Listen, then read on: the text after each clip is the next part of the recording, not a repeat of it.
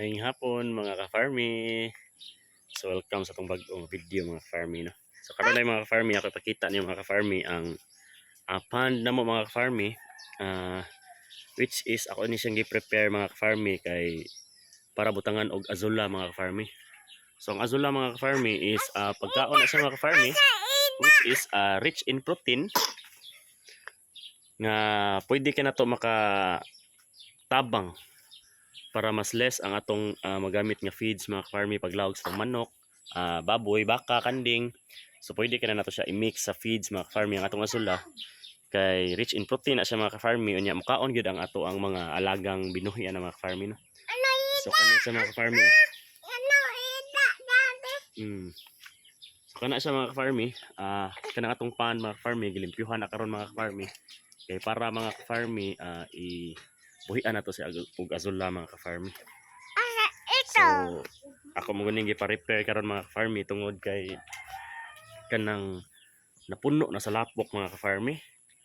Napuno na sa lapok mga ka-farmy mo nang gipalimpyuhan ako sa mga ka-farmy kay para kanang mabuhi gyud sig tarong ang atong azula mga ka-farmy nga makasanay gyud siya mga ka-farmy. So mo ni gidak-on sa among pond mga ka-farmy na.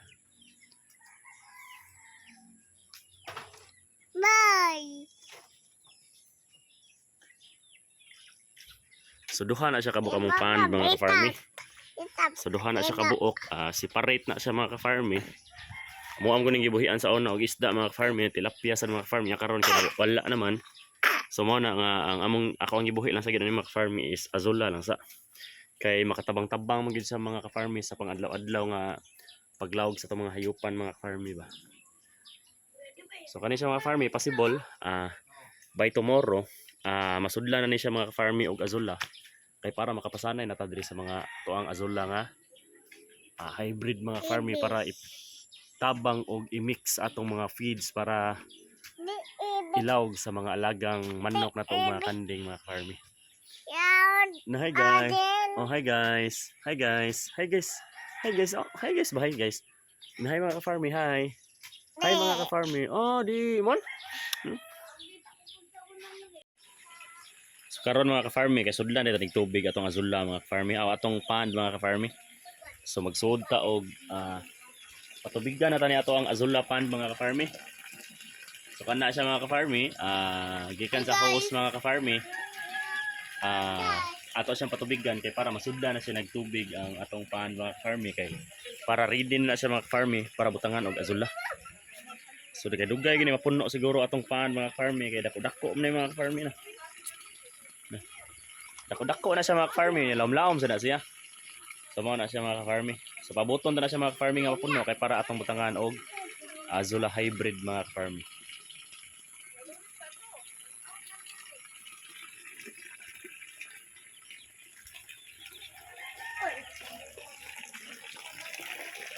So mao ni atong azula hybrid mga ka-farmy ha, ako ipakita niyo mga ka-farmy ang atong azula hybrid mga ka-farmy nga atong ibutang karon sa pan nga atong i-prepare mga ka-farmy kay para makasanay gini og maayo ang atong azula hybrid mga ka-farmy.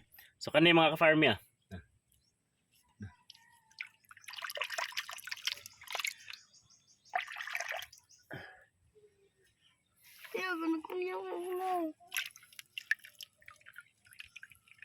So mao ni siya azula hybrid mga ka-farmy kani. Ano na? Mura ni siya og kuan mga ka-farmy kana bitawng water lily ba.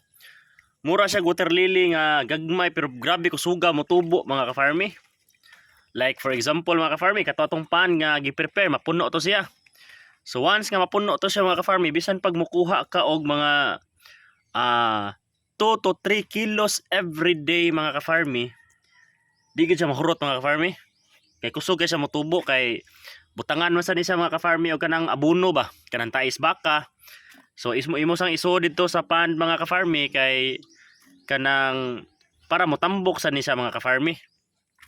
So may nakanindot aning azula hybrid mga ka-farmy kay pwede ka makuha everyday unya makales gid ka og kanang gasto sa imong lawog mga ka-farmy kay imo man isagol sa imong mga feeds.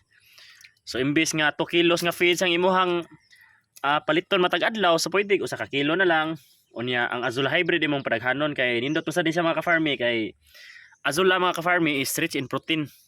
So may nakanindot ani ni mga ka-farmy. So dara mga ka-farmy akong gisud sa balde karon mga ka-farmy kana mga ka-farmy. So ato nang ibutang karon dito mga ka-farmy sa atong gi-prepare nga pond mga ka-farmy. Mga ka-farmy, so diha na tayo ibutang atong azula hybrid mga ka-farmy ha. So ato na ning ipang-iksa mga ka-farmy kay para makatubo na itong azula hybrid mga ka-farmy.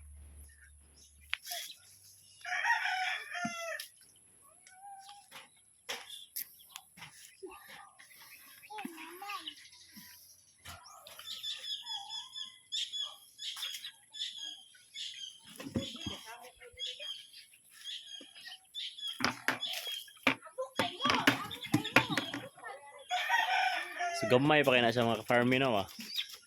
So gamay pa kay na siya tanawon karon mga ka-farmy. Pero tiis-tiis lang muna tayo mga ka-farmy kay mudaghan lagi na siya mga ka-farmy, kusog kay na siya motubo mga ka-farmy. So mao na nay nabutangan karon sa atong azul hybrid mga ka-farmy nya. Hopefully mga ka-farmy noon mudaghan gid na siya mga ka-farmy.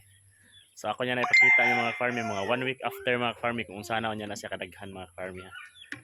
So diri lang ako to mga ka-farmy. Thank you for watching our videos and God bless na tong tanan.